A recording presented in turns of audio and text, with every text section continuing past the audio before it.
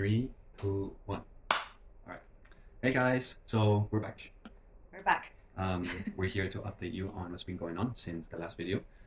We had a little tour to uh, China to meet the manufacturers of the cabin homes that we're gonna buy. So that I think last video we already covered most of that. Yeah, how the experience went. Yeah, and now we have gone ahead and decided to put in our deposit. Yay! Yay! And yeah, we're at the stage where we're talking about the designs with them. And me and Judy, we like to be very detail oriented, and we have been making like very descriptive slideshows of what they should look like. And I feel like maybe it's a little bit difficult for them to follow everything step by step. So even though we have put in a lot of effort into what we're trying to describe to them, they kind of ignore some of the things. But honestly, it's still a little bit, it's still exciting just to see the drawings, the renderings coming through, and then we give them feedback. And I think it's just, luckily we have time, we have patience, we have time to get this done. So now we are on our second render at the moment. So our first render was a little bit confusing and not really what we wanted. Second render, we're gonna get it pretty soon, this week actually. Yeah, so we'll see what the update is on that.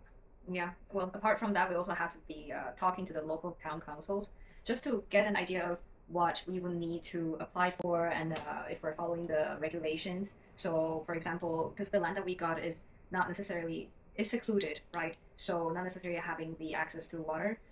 So we have to ask about, is the water pipe extension allowed in that case, and stuff like that. But a lot of times when I had to call, I was not sure if they spoke English, and I, for one, do not speak Japanese. So when I called them, and thankfully they did have someone who spoke English.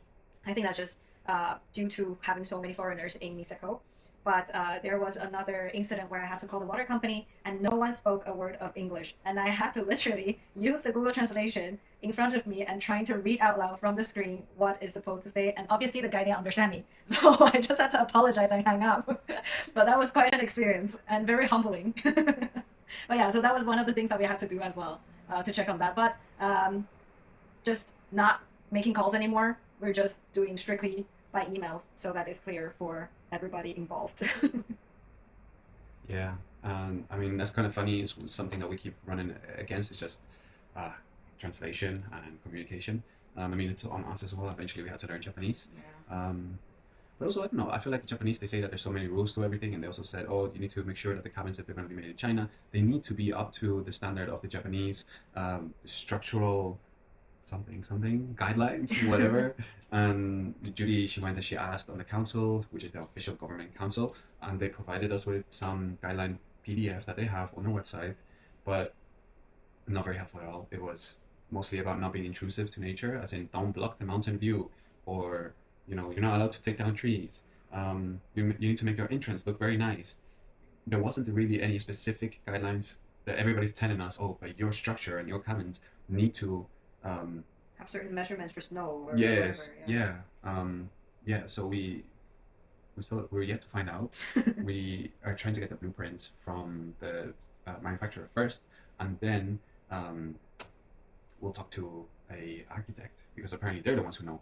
Which is strange to me that the government Only people don't know, but the architects do know. As if, so is this not public information? No, no, Or it's not like the guidelines to build in the houses are not. It's kind of strange. it's a secret society. It is. I mean, architects are trying to keep their jobs alive, right? Yeah. Yeah. Yeah, and apart from that, you also had to learn accounting, babe. Yeah, and now I am. He's such an expert I'm a now. part-time accountant. I'm a accountant student. Yes, alumni. Accounting student. Yeah. So one of the requirements is also to provide a 3-year P&L. Judy said that from her research that it's sufficient enough to provide something created by ChatGPT or AI. You didn't hear it from me. But I don't know. I didn't feel like just letting it do the work for us would make me informed in what we're doing. And so I learned with AI to do accounting, but instead of asking it to do it for me, we did everything step by step. That was crucial, I guess, for us to learn how to do this, and also just, my God, it was so slow. It took a really long time. It's still not finished. We still have a little bit to do, but the parts that are necessary for the business visa application, they're fine. They're already done. But we also found out like many things along the way, just prices and costs and how negative we're gonna be in the first year. Not in our attitudes though. Yes, not in our heart. It's always positive, Always. resourceful. Um, yeah. So we'll pass that on to the visa managers after we start the application. Yeah.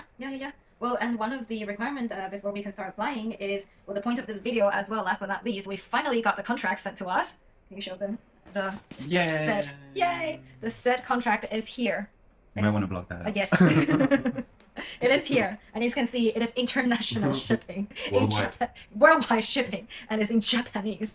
So we finally got it. It is now in our hands, sent by our very beloved real estate agent, but there was a bit of an adventure in between. Yeah, Judy doesn't know where we live. That is so strange, because I was mainly the person who exchanged emails with our agent, and I apparently gave him the wrong address. However, it was not that far off. So I put the road correctly, but I didn't put where we lived on that road. Or the right number. You put an incorrect number. All in all, it was incorrect. It was not that far off. It was not that far. I said not that far off because we still got it, Yeah. But that's just us again being positive in attitude. So it was a little bit of an adventure, like I said. So we knew that it was around the area. The neighborhood was very helpful in trying to find out who is this package for. Yeah. And then Nico was there by himself. He had to go to the post office to see if they're able to just give it to him with my ID, copy of my ID, because I was already here in Taiwan. Thankfully, it was really rather easy. Kind of scary how easy it was that they just gave away such confidential document. So, so yeah, we got it, and now